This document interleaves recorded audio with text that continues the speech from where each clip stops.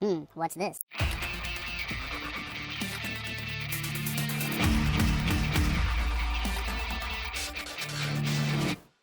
Hello, welcome to the Freak Show. Bumpy McSquigums here. I want to thank you all for joining me once again for a little bit more Dwarves, or the Dwarves as it were. And we're going to continue. We're on episode 2. We're going to go take a peek over here at the barrels of beer, and then we're going to look at the kitchen table. And then we'll talk to the maid. Maid Frala. The beer that is delivered to the vaults is supposed to be the best beer in Idderslane. It's certainly your favourite beer. But you haven't drunk enough other beers to truly know. Oh, haven't I? Well, I mean, we're dwarves. You would assume that we have, but maybe not. Walk around the table. Vegetables, bread, cheese. But the cook is not to be trifled with. Many painful knuckles have taught you that she knows how to handle her heavy wooden spoon, and that she may possibly have eyes in the back of her head. And possibly other places. Alright, let's talk to our gal pal Frala here. Do you know what Lot-Yonan wants? The maid gives you an amused look. She has often accused you of making things more complicated than necessary. That's it? Like, Okay, well, she'll be hearing about. Apparently, she doesn't want to talk to us. See, I'm all befuddled and befuzzled, and I don't know if you can be fuzzled, but things. All right, we can pilfer some food. That sounds like a great idea. Definitely not going to get me in trouble at all. Yay, we can pilfer some more food from this guy. Sup, dude? Just casually eating there? I'll take this. The blacksmith. Do you want something? Maybe. Did a horse bolt while you were trying to shoe it? It's certainly not on our plates. Maybe. You want to talk to me too, you three? Hey, what are you doing, groundling? We're still eating here. Why don't you go and get your own portion? Okay, I suppose if I have to. I don't have to. I already stole your portions, fool. Alright, I think we're ready to go. We have done all that we could do, and it's time to head on out over here. And go to Lot-Yonan's or Ionan's vaults. Let's see what's over there. I should speak to Lot-Yonan first. Yonan. He doesn't like to be kept waiting. You mumble and wonder when you started speaking thoughts like this out loud.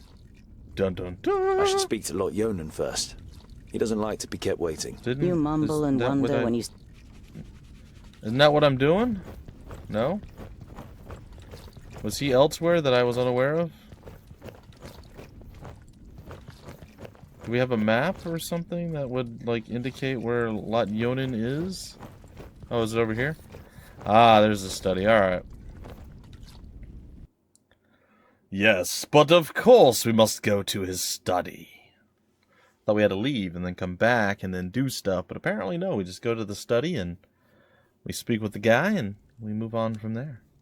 It's a pretty good idea, I dare say. Master Lot-Yonan, Frala told me you wished to speak with me.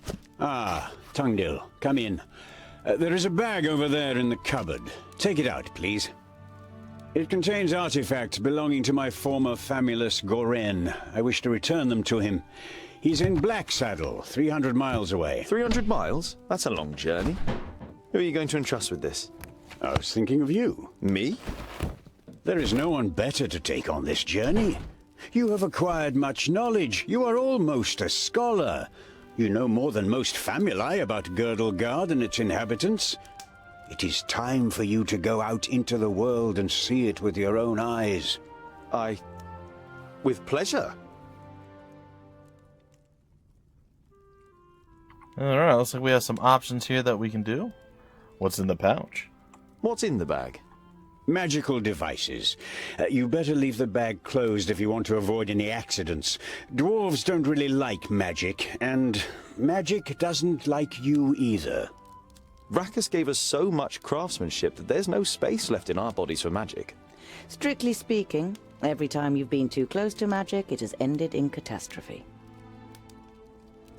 Of that, there's no doubt. Alright, maybe I'll meet some dwarves on the way. Perhaps I'll meet some dwarves on my travels. Yes, perhaps. But don't hold out too much hope. And be careful who you talk to. Not everyone out there likes dwarves. Yeah, goblins.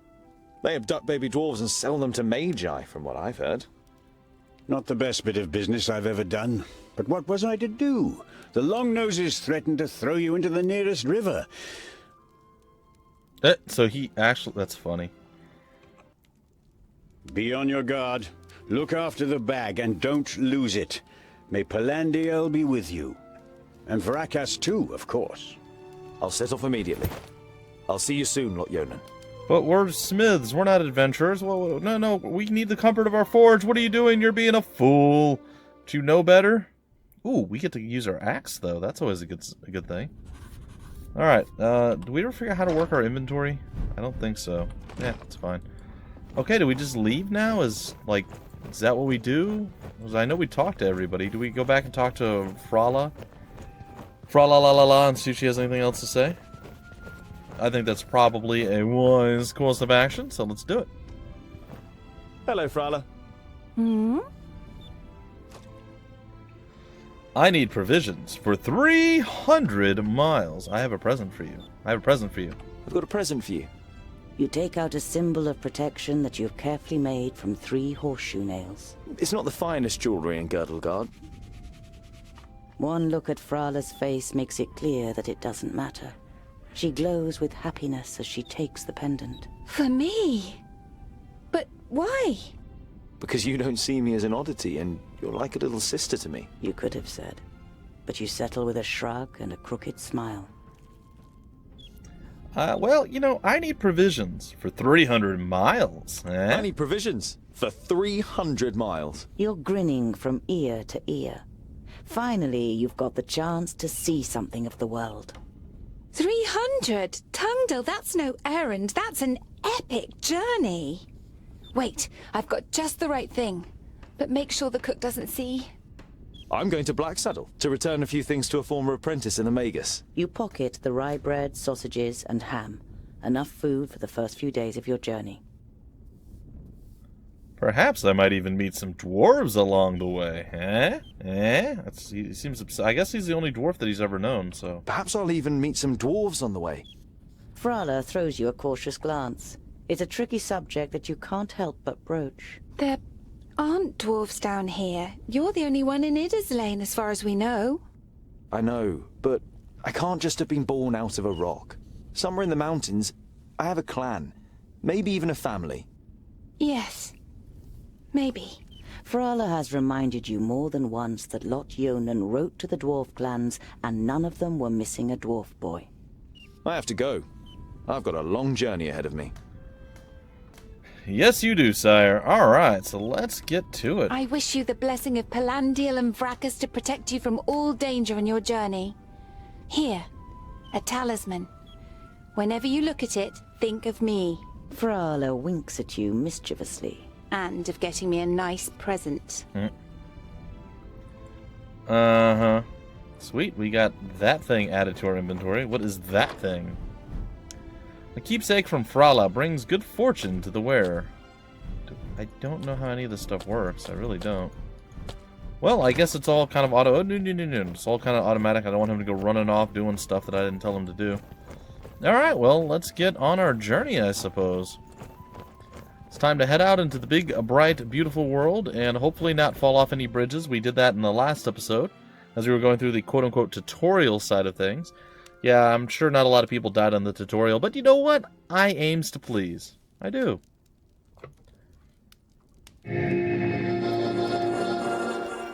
How nice to see you again, Lot-Yonan. It must have been an age since we last met face to face. Nudin, welcome. Please, sit down. No, thank you, my friend. These are urgent matters, and I don't have much time. You must come to Leos Nudin immediately. The perished land is stirring. Are you sure? What makes you think that? I found out about 60 orbits ago, during a visit to the borders. Our magical barriers have weakened and become porous. The Elfar have left their land, and a huge horde of orcs have marched into Girdlegard. Were you able to strengthen the spell with your magic? No. I can't repair the damage alone. We need the combined power of the 6. The other 4 are already on their way here, but we need your help too. I will set off for Parista without delay. Oh, and as you're coming, could you also take the opportunity to bring back the things that I lent to you?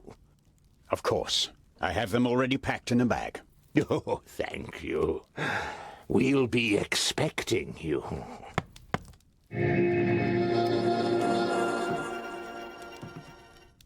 That guy is clearly 100% on the up and up. Definitely somebody you can trust with everything. Your life, your food, your pets. Utterly blinded I got by the sunlight, you squeeze your eyes tightly shut after only a few steps. The time spent underground has made you so sensitive to light that you're forced to seek shelter in the shade of a mighty oak. Sounds like me. Oh my gosh, okay. Welcome to the world map, ladies and gentlemen. Cool. I guess this is as far out as we can zoom. Looks like we need to head there at some point. And it looks like, well, it doesn't look like we have any really control over anything. That's kind of disappointing, but we can continue on this way. You reach a small lake by a birchwood. Your feet hurt and your eyes still sting in the unaccustomed sunlight. But a smile spreads across your face nonetheless. You've covered a decent distance on the first day of your big journey. You pitch your camp and lie down to sleep on the hard forest floor. When you awake in the morning, your legs are stiff and achy. Trying not to feel sorry for yourself, you throw your rucksack over your shoulder. You're a dwarf, and dwarves don't complain. No, they don't. Ooh, we do get options of which ways we want us to go. So apparently there's a little grid on the ground here. Oh, okay, well then I'm a little less disappointed that there's multiple different things that we can do. What is this? Black Saddle. So that's where we actually have to head. There's Steepleton, the tavern. I don't know what's here. It's not telling me. Axeldale, Goodwater. Okay, so here's where our journey kind of takes a little divergent path here. We can head off to the west and then circle back around and go in, or we can head off west, go down here to here, then over, or this way and over. I mean, there's lots of options. Or we can do the shortest path straight up that way, or even straight that way. It's pretty short too. I mean, there's options, folks. There is options. I want to head off to the west. That's going to be my plan. Around midday, okay. with the sun high in the sky and the first beads of sweat appearing on your forehead, you see something move next to the road, a few hundred meters ahead. Some crows are pecking at something in the long grass. Around midday, with the sun high in the sky and a few... No, it's fine. Let's see. We can walk further along the road until you can make out more. Leave the road and sneak up on the crows, or stand still and observe the scene attentively. Let's leave the road and sneak up on the crows. The creaking leather armor, the clattering rucksack, and a dwarf's inability to be quiet makes the crows flap around as you move from one bush to another. You give up trying to be stealthy, stand up straight, and see 2 human bodies in the flattened grass. That's kind of funny. And a dwarf's inability to be quiet. Sounds like me. Alright. Oh, that is all weirdly sized. Sorry guys, I'm looking over at my recording software and it's just all like oblong and weird looking right now. It's fine. It's fine. I just not reinstalled, I updated my video drivers. So things are a little bit different. Alright, looks like we get to go wandering and doing some stuff now. We're off the world map. There's some tracks here. You don't see any signs of a struggle in the area where the corpses are lying. Were they stabbed by a companion? A stranger could hardly have crept up on them with such sparse cover. We are experts at sneaking, let me tell you. Nothing. Nothing. So what about over here? Nothing again. You halt. There is something. A rucksack? Did someone hide it in the bushes, or was it thrown in there? Well, let's search through it. You open the rucksack, and recognize that someone has already rummaged through it. As well as some implements and writing utensils, you find a pouch full of gold and a talisman. The gold is proof that this is not a case of robbery. Well, could we, like, technically just, like, empty the rucksack into ours? I don't know. Let's take the gold and the talisman. Take the talisman as Warmth and well. a feeling of security flush through your body as you touch the talisman. You feel safer just holding it in your hand. I'm taking you with me. Yeah, I am. Alright. Feeling pretty good. Do we have a knife on our back? It looks like we do. Alright, we have more stuff added to our inventory that we don't know how to utilize in any way, shape, or form. Is there like a... I don't know how this stuff... Oh.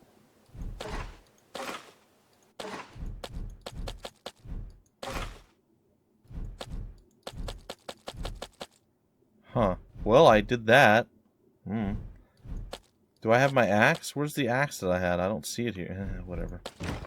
Oh gosh. No. Don't run off like you always like to do, buddy. Alright, let's look at the bodies. A Bit by slender bit. man lies in front of you, dressed in an expensive robe.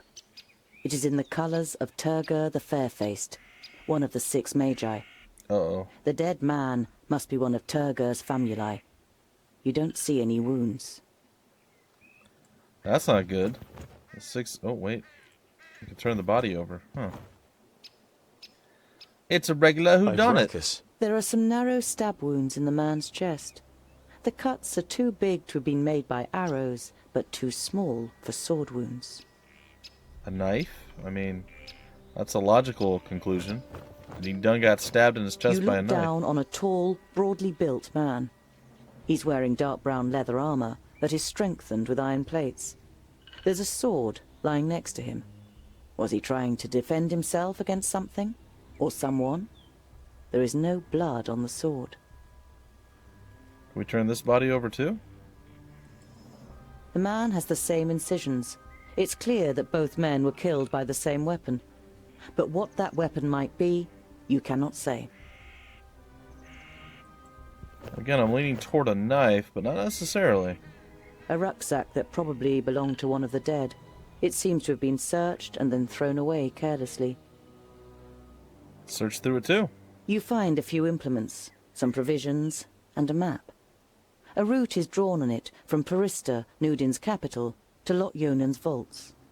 Does this mean that Turgur the Fair-Faced is in Parista and wanted to send Lot-Yonan a message? And if so, why didn't he use magic? Did he want to contact him without anyone noticing? Why all this secrecy? You would think at this point we would head back to Lot-Yonan and give him the stuff, but at the same time we have our own mission, our own goal or objective to obtain here. Well, it looks like we just continue down the path at this point.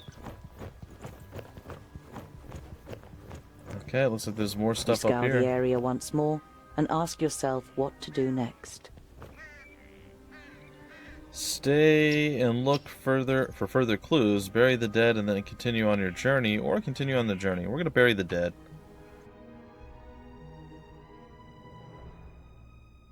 And I think we looked at everything. I don't know. It's time-consuming and strenuous work digging shallow graves in the ground with a stick and covering the corpses with a few stones. But it should at least keep the crows from their feasting for a while. You continue on your way so as to put a few more miles between you and your grisly find before night falls. Okay, do we want to head down here? I mean, it's not really toward our goal, but it is there, and I do like to kind of go off the beaten path every so often and see what we can find. Ooh, stuff is moving around while I'm moving around. That's weird. Alright, doesn't look like that did anything. There's no... No? There's nothing? Okay. What is that? It's a dwarf merchant. Cool. Alright, let's go to the farmstead. As the gable end of a small farmhouse and a barn appear from behind a hilltop, you hear the loud cries of children at play. A girl runs along the path laughing, followed by a small boy with a big stick in his hand. The boy is trying to catch up his sister with a determined look on his face. but is finding it difficult to keep his short legs under control on the uneven path. Stay where you are and continue to watch what happens. Walk towards the children and greet them amicably. Give the farm a wide berth and continue on your journey. I'm gonna watch. The boy trips and falls to the ground with a bump. Before the girl can reach him to help, he picks himself up and grabs the stick to continue the chase. In doing so, he catches a glimpse of you, and his eyes grow wide. All he manages to say is, "There," as he points towards you with a chubby little finger. Now the girl has turned to face you too. Before you can say a word, she lifts her little brother up into her arms and runs screaming towards the farmhouse. Well, aren't we just attractive? Well, let's follow the children to the farm. Without rushing, you follow the children to the farmhouse, into which they've disappeared. After a few moments, they reappear, accompanied by their parents. Their father is a thick-set man with grey hair. I am Opatia. This is my wife, Remsa. The blonde woman nods a greeting almost imperceptibly and clasps her daughter tightly to her. She looks you over with an anxious expression. It's a pleasure to meet you. My name is Tungdal. You try to make your voice sound as harmless as possible. Have two travelers passed by here in the last few days? I should put a few more miles behind me before night falls. Have two travelers passed by here in the last few days? Over the last few days, have you seen two travelers heading east? Opatia looks at his wife, but she shakes her head. Why do you ask? I found their bodies a good day's march from here. Nothing really, they were just friends I was hoping to meet. Found their bodies. I found them. Two dead bodies on the side of the road. A good day's march east from here.